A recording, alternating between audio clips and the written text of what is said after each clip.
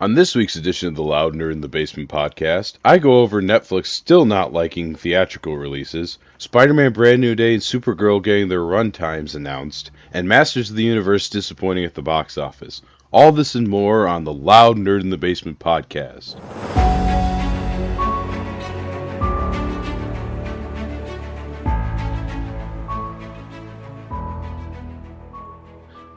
Well, welcome back to another Friday News Roundup edition of the Loud Nerd in the Basement podcast. As always, I'm your host, Adam Zolnai. Thank you so much for listening, however you may be listening. As always, this podcast is available on Substack, of course, as well as Apple Podcasts, Spotify, and now YouTube.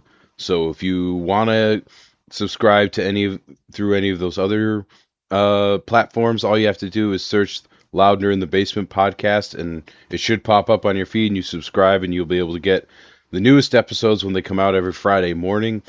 Like I said, thank you so much for your support, both free subscribers and paid subscribers. You both are very meaningful to me, and your support means a lot, and I just really appreciate it. I'm so glad that this is what I get to do, and I still love it. Have no plans of stopping anytime soon. This train's going to keep rolling as long as I can continue to find track. Before we get started, as always, if you want to get the full experience of Loudner in the Basement, you can upgrade your subscription from a free subscription to a paid subscription. All you have to do is go on Substack and click the upgrade button in the article, any article, or even just on my main page. It's just $6 a month or $50 a year, so a cup of coffee a month or less than most streaming services would charge you for a year's subscription. And with this, you get full access to everything, which means you get to submit questions here on the podcast that I'll answer. You get access to monthly rewind reviews that I do. I just put one out this past week for James Gunn's Superman in honor of Supergirl coming out later this month. So I go into a full in-depth analysis on that movie.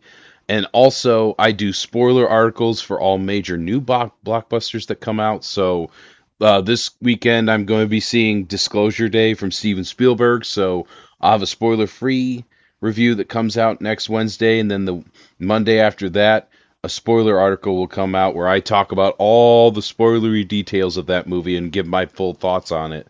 And that's for paid subscribers only. So if you want to upgrade and get to enjoy all of those benefits, it's just an easy click of a button, and I really do appreciate it. I love being able to do this, and your support means a lot. The support I've gotten has helped me be able to go see these movies. It's given me the budget to be able to go see more movies this summer and be able to bring you those reviews. So I'm really grateful for that. I'm making sure that I put the donations that people have given me to good use, and I really appreciate that. But with all the announcements out of the way, let's get on to the news. So the first topic, Masters of the Universe came out this past weekend. I reviewed it. I enjoyed it. It's complicated. I'll get into it once I get into the news. So apparently, in the opening weekend, it only took in a $54 million box office on a $200 million budget, and that's without marketing costs. Meanwhile, Scary Movie made $105.5 million, and I think the budget for that was like $30 million plus marketing. So even if you double that, that's $60 million that they needed to break even with Scary Movie, whereas He-Man needed about 400 million to break even. That's a lot. So unfortunately, it looks like it's not going to reclaim its money back. And I've said this. I said this even in my He-Man review, or I should say, Masters of the Universe.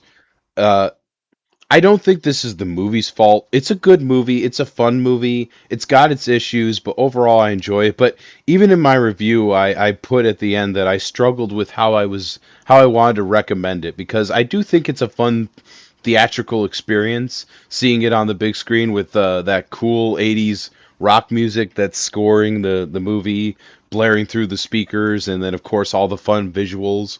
But at the same time, this month is just so packed with movies that I think it would have done better if it had released in like April or August. I think putting it at the beginning of June with all these other movies coming out. Because I mean, this week we got Steven Spielberg's Disclosure Day, and I mean it's Steven Spielberg, so the dude's gonna draw a crowd no matter what. Then the week after you've got Toy Story 5 as well as a new Minions movie, and then after that you have Supergirl, and then in a couple weeks you have Odyssey, and then a couple weeks after that you have Spider-Man. So you do not have a lot of room for people to make time for your movie when there's new movies coming out that look good each and every week. I mean, it's great that it's a stacked summer, but it also means that you have so many films cannibalizing, and I just do not get why studios do this. Like, you think of Project Hail Mary that came out this year. That came out in March. There wasn't much competition, and that movie did gangbusters. One, because it was a good movie, but two, there wasn't much competition.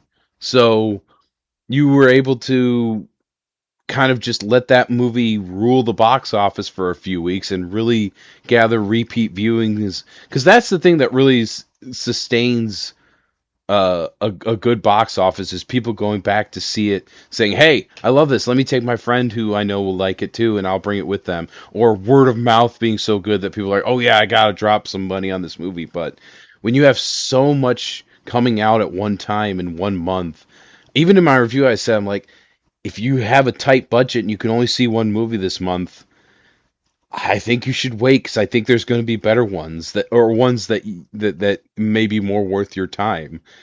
And it's like, I hate to say that about this movie, but if it had been August, I would have been like, must see in the theater, do it, you're gonna love it, easy recommend. But it's one of those, unless you are a die-hard He-Man fan, which it's a property that's just hasn't gotten a lot of built up its fandom over the course of decades the way like a Star Wars or a Star Trek has done.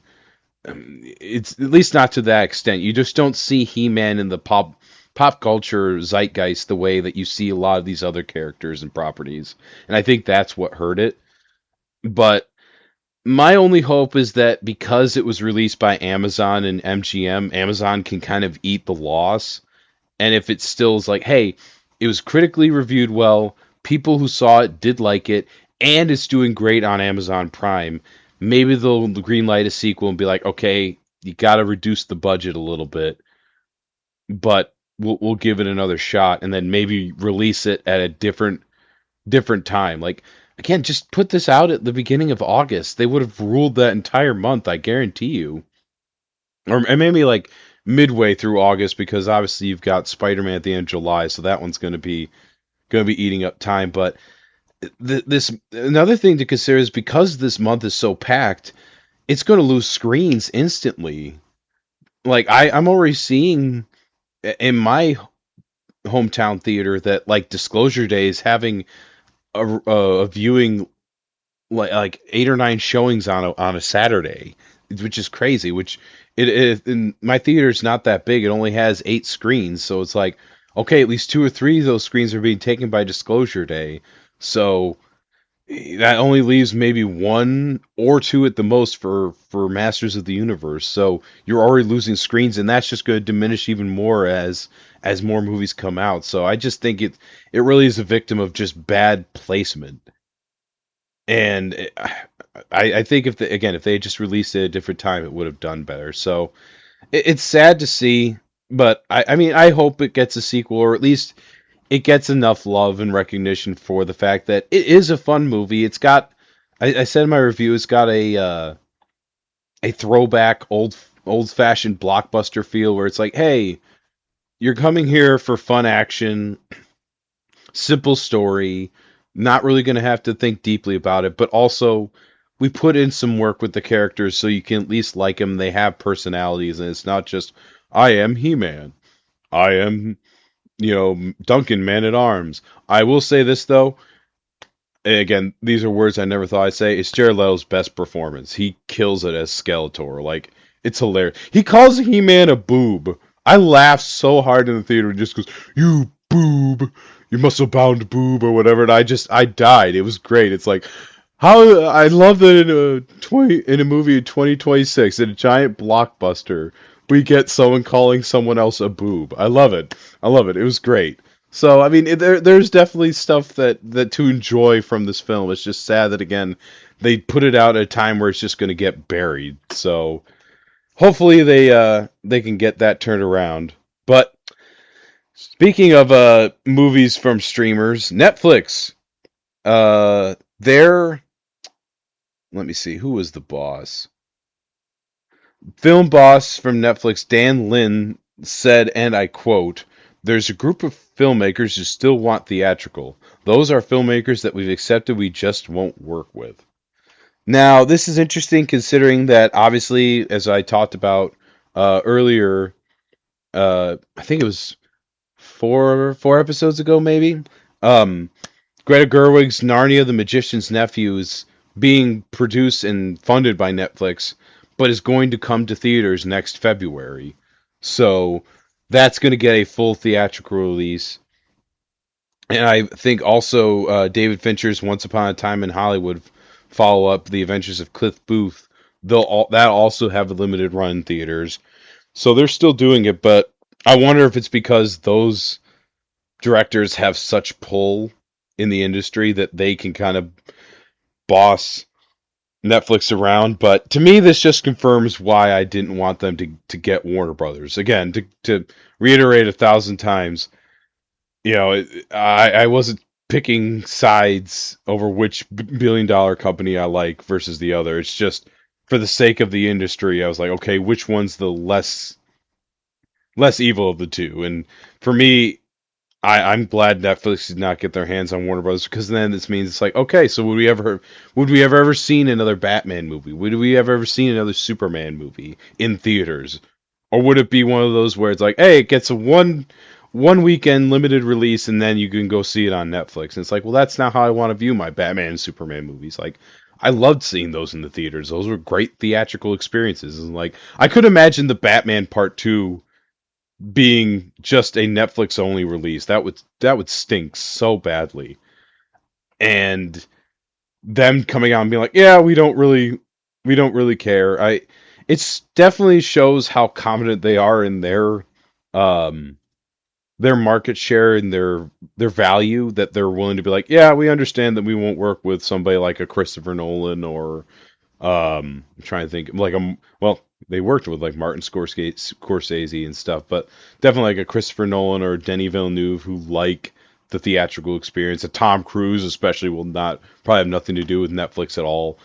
It I appreciate their honesty, but again, it's just one of those things where especially in a time when theaters are doing well. Like I just read that I think it was AMC had like the best May since COVID, since pre-COVID. Like box office numbers are up. People are returning to the theater. It helps that there's a lot of good movies out, but it just for me seems so short-sighted on Netflix, and I just don't understand how they're able to fund something like that. Like I guess it's because since they were the first streaming service, they just have they have the largest share of subscribers out of all of them. I'm sure Disney Plus and maybe HBO Max are the next biggest competitors for them, but because they were the kind of the first adopters of the streaming model, a lot of people bought Netflix back in the day and just have never canceled it. It's one of those things where it's like my phone. I just have it as one of my monthly subscriptions, and I just even if I don't ever watch anything on it, I just have it. So maybe they can afford to have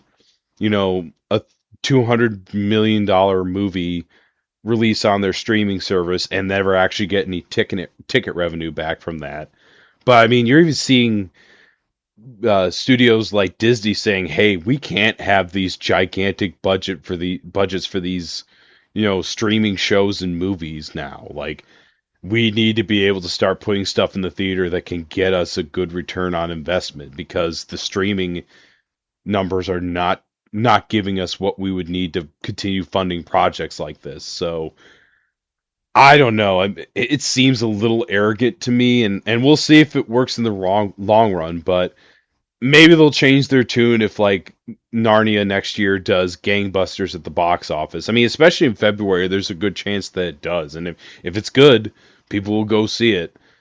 So, and it's coming from a good filmmaker, so that helps. But it just for me again, it speaks to what I had always been worried about whenever they were in talks to acquire Warner Brothers. Like, for all their talk of being like, no, no, we respect the theatrical run. We want to be able to let people see these things in theaters. I knew it was not true, and this pretty much confirms it to me. So again, I'm glad that they're not in charge of Warner Brothers, and I'm not surprised, but I still don't understand this. Like, you need theaters. Theaters are great. The theatrical experience is great.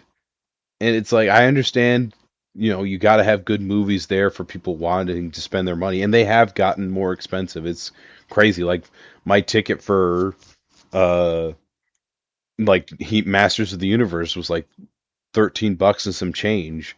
Of course, it doesn't help that most theaters now you have to reserve your seats, so you got to go online to do it. And of course, they got to have all those extra fees and surcharges or whatever they want to call them in order for you to reserve your $8 to $10 ticket.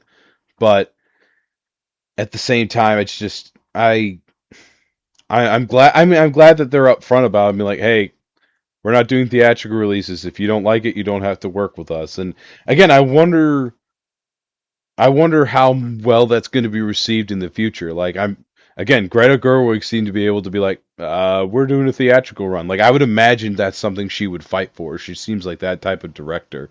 So, and then the fact that they're doing a 45-day release window for it again tells me. I mean, Amazon is not even that arrogant, which is surprising. I mean, with like Project Hail Mary, they extended the theatrical run because it was doing so well. They're like, yeah, let's keep this thing in theaters. People want to see it. We'll keep it out. Like, I think there were still showings for it because it came out in end of March. I think there were still showings for it at the end of April where I was at. So it's like I respect Amazon for doing that and being like, yeah, people liked it. And again, we'll see what they do with He-Man and Masters of the Universe, but I mean, Project Hail Mary, they were like, hey, this is a theatrical release because this is made for the theaters. I mean, as cheesy as that sounds, it's like there is a reason that some movies are like, hey, yes, this is a must see. Like, one easy one, Spider-Man Brand New Day next month. Like, that is definitely one that benefits from having the big screen and big sound and all of that. It doesn't make sense to me why Netflix seems so close-minded about it, because I don't think people going to see their movies in the theater is all of a sudden going to make people be like, well, I saw it in the theater, guess I'm going to cancel my Netflix subscription now. I don't know why they're so like, no, you're going to see it on Netflix and Netflix only. It just, it really seems weird to me that they would do that. That they would be that stubborn about it. I don't know. And maybe it's just they need that those eyeballs and those subscriptions that badly, where it's like every project that does cost 250 million is teetering on being a loss or a profit. So they need every single person they can signing up for Netflix to watch whatever new show or movie is out. And especially with like Stranger Things now being officially done, even though they seem to want to do as many spin-offs of that as possible to milk that cow dry. Maybe now they're like, well, we need other things to keep people on because we just wrapped up our heaviest hitter. So what else do we have? But we'll see how this plays out. Again, they could completely reverse course once if Narnia makes $1 billion, I could see him like, all right, Christopher Nolan, how much do you want to fund your project and how long do you want it in theaters? What expensive cameras do you want to use to film it? All right, here you go do it. So we'll see. But actually, speaking of Spider-Man and Supergirl, both Spider-Man and Supergirl revealed their runtimes. Obviously, Supergirl comes out in a few weeks at the end of June here, and then Spider-Man at the end of um, July. Spider-Man, I guess there was a trailer leaked. I'm not going to talk about it until it's officially released, just because one, it's hard to find, and two, it's not a great copy from what I've heard. So I'm just going to wait until it's officially released, and I imagine if it's already leaking, then it's going to be probably. But the movie's coming out a month and a half. So at this point, I would have to imagine they're not going to wait too much longer to release another trailer for it. But it's funny with both of these movies, we kind of have polar opposites in terms of runtime length. So Spider-Man: Brand New Day is actually the longest, one of the longest Marvel films in the series. It's going to be 2.5 hours, which, considering how many plots and characters are supposed to be in this, I'm not totally surprised, and I'm happy about that. At least they're giving it room to breathe. If they came out and said it was like going to be 2 hours and 10 minutes, I was going to be like, oh gosh, we're in trouble. But meanwhile, Supergirl is going to be one of the shorter DC movies at 1 hour and 47 minutes. So it's shorter than Superman, which is 2 hours and 9 minutes, and it's one of the shortest DC films. But again, with Spider-Man, I'm glad that they're keeping it long, because one of my biggest frustrations with the last few Marvel movies, Thunderbolts and Fantastic Four especially, is I felt that there was scenes missing in those movies. Fantastic Four for sure, where it was just there's no real first act to that movie. It's just kind of like, all right, here's the Fantastic Four, here's the universe, and now Galactus is coming. Just immediately into the movie, and it just felt like a whole first act had been cut out of that film for just to keep the runtime down for some reason. So for me that hurt the movie a little bit. And Thunderbolts to a lesser extent, where I felt the second act of that movie was a little rushed, where it's like, all right, we got the build up, the team's starting to form, and now we're headed towards the final confrontation with the villain. Here we go. It's like, whoa, let's get the middle going a little bit here. So I'm glad that they're letting Spider-Man breathe and do its thing. And I'm one of those people where I'm always like, let the movie be as long as the story requires of it. Now, like, there's some where, all right, you don't need, again, not to take pot shots, but you don't need 4 hours to tell a Justice League story, Zack Snyder. Josh Whedon showed you can do basically the same story in two. It's just that Josh Whedon's cut was not great. I couldn't even make 30 minutes into that one after watching the Snyder cut. So I did like the Snyder cut, but that movie could have been made into a 2 hour and 10 minute movie. I would have even taken 2.5, but that's neither here nor there. But so I'm glad that they're letting Spider-Man breathe, and I'm excited for it. Obviously, cannot wait. And when that trailer comes out and drops, I'll go ahead and give my reviews and thoughts on it. But as far as Supergirl, again, to me, I'm not going to panic. To me, this feels like it means that it's going to be a smaller movie, and it looks to be that way. It's not going to be like Superman, where you have the Justice Gang, you have the whole cast of the Daily Planet, along with Ma and Pa Kent. So you have all these characters that you need to give time to, as well as making sure Superman stays front and center, which I feel like that movie did. I know some people disagree with that, but I felt like that movie was a good job. It did a good job of staying a Superman movie with a good big supporting cast. Whereas with Supergirl, it's really going to be just her, the girl Ruthie or Ruthie, however you say it, and then Lobo, and then the villains. So it's a lot smaller, more personal story. So I'm fine with it being shorter, because it's just going to be, this is all about Supergirl and her finding her way into this new universe. So I'm fine with that. And I know some people always wonder why movies feel cut down and truncated. I know that one of the reasons that a lot of studios want them shorter is because you can get more more viewings put into theaters during a weekend. If you have, a 3 hour movie like, the Oppenheimer, well, unless you're going to take up five of the screens in a theater, that probably means you're going to get maybe 2, 3 screens at the most if you're making money. And then you're probably going to get 3, maybe 4 showings. Because obviously, most people are not going to go to a 3 hour movie at 10 o'clock at night. Maybe there are a few madmen out there, and to those of you who can do that, I salute you.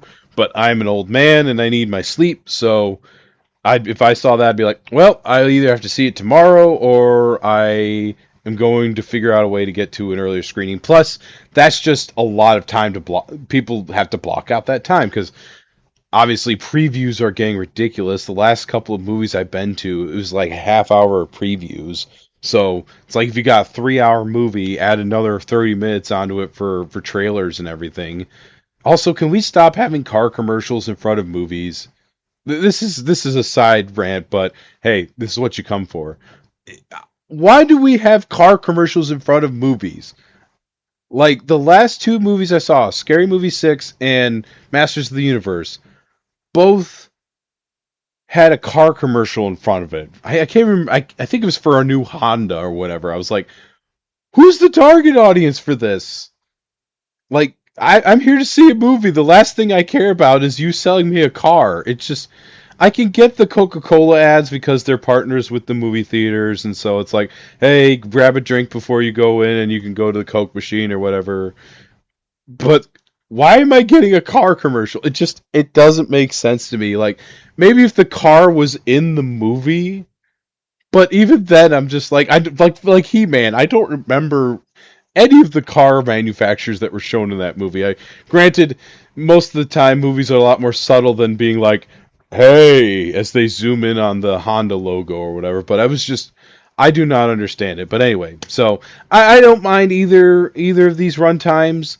I'm with Supergirl again. It's like obviously, it'll once I see the movie, I'll have a better judgment as to whether or not the movie needed more time or needed to be cut down. But from just the trailers and what we know about these movies, I think they're both a good runtime for the stories, the respective stories that they're wanting to tell. So I'm I'm happy with it. But we'll see. Again, I'll have reviews out for both of those movies whenever they release. So I'm excited for that.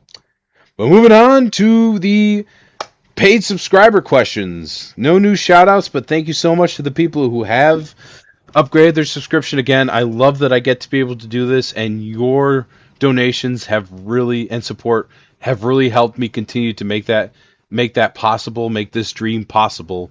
Again, if you want to upgrade, it's really easy. Just click the upgrade button on my Substack, and you'll be able to walk through the steps that you need to do it. And again, it's $6 a month. It's 1 cup of Starbucks coffee. I'm not asking for millions and millions of dollars here, but just a little bit of change to help me be able to see more movies, upgrade my mic eventually so I can give you a better quality audio for the podcast, stuff like that. But no matter what, thank you so much. I appreciate it. We got 2 subscriber questions this week. The first one is, as a film critic who is also a dad of 2, you are in a unique position. What is a popular children's movie or animated film that your kids forced you to watch, or a childhood animated film you watched as an adult and you secretly ended up analyzing and realizing was an absolute cinematic masterpiece? So I actually have answers for both of those questions, so thank you for that question. But as far as the one that my kids forced me to watch a lot, there was a time, there's kind of 2. Both the first Super Mario Brothers movie was on repeat for like a month, just every day that was getting watched. And then also the first Cars movie. My son really loves the first Cars movie. And I mean, thankfully both of those movies are not annoying to watch. So I did not mind having them on the background. But even I was getting tired. I was like, I could recite both these movies by heart. But they're fun movies, and it's one of those where they're not too long either, so I'm not having them sit in front of the TV for 3 hours. But those are the 2 that we ended up watching a lot, was Super Mario Brothers movie and the first Cars movie. But as far as one that was a childhood favorite that I realized is a cinematic masterpiece, ironically, I actually watched this one recently. I showed it to my in-laws because some of them either had seen it and forgot it or had never seen it before. And this is the animated movie, The Iron Giant. As a kid, I loved that movie. It was one of the first movies where I watched it twice in one day because my grandmother rented it. I know for you youngins out there, you used to actually go to these things called stores and rent movies. It's crazy, very archaic. But she got the VHS tape, which is again another relic of a past long gone. And I wore that thing out in one day where we watched it twice in one day. I begged her so much. She was like, "Okay, if you watch this a second time, you don't get to watch anything else." I was like, "That's fine." And she put it on, and we watched through it again. And I love that movie. And then watching it as an adult, I'm like, wow, this is just a really good movie. One, it just captures the paranoia of the 1950s U.S. of just worrying about nuclear invasion, not trusting anyone that's different from each other or from us. Just all the distrust that was in the air at that time, all the paranoia. The craze of aliens and B movies coming into play, monsters and all of that. So that to have a giant robot show up, everyone's like, aliens! Like, where did he come from? And of course, obviously, the whole idea is that it's hinted that the Iron Giant is from an alien species or was developed by an alien species. And again, just the message of you get to choose who you become. Like, no matter what you were made, you were people told you that you were made to do, or what others may say about you, you get to define yourself. And I really love that message. And it has an emotional ending and it earns it. It never feels manipulative. It's got a great runtime. I think it's like an hour and 40 minutes. My kids thought it was cool with the giant robot. Brad Bird, who directed it, obviously I think it was his first big film, and then he did Incredibles, Mission Impossible 4, Ratatouille, Incredibles 2. I've always said that he would make a good Superman movie, and this is the basis for why I say that this movie, because obviously Iron Giant is inspired by Superman, which is so cool. But no, I really appreciate that movie, and just there's a lot of stuff there for adults, and it's hand drawn too. So there's that charm to it where you just have this Norman Rockwell painting of a town, and then they fill it up with all kinds of fun little stuff. It's just really, really well done. I really appreciate that movie, and I recommend everyone watch it. It's one of those where it's good for all ages. So that's my answer to those questions. But moving on to our next one, which was really hard to. This one was really hard to answer because there's so many franchises that I could think of. But I tried to do something not obvious. But here's the question: which do you think was a really silly decision a franchise made? And man, the example that this person gave was Aliens versus Predator going PG-13, which is, yeah, that was a mistake. But for me, the franchise that I chose, Terminator, and the constant soft reboots. You had, obviously Terminator 1, 2, which are amazing movies, great examples of just great blockbuster filmmaking, special effects, but also having some substance and ideas. Then you have Terminator 3, which is Terminator Salvation, which I like the concept, but it was directed by McG, so I mean it was horrible. But we did get the infamous Christian Bale rant out of it, which I will always be grateful to McG for that.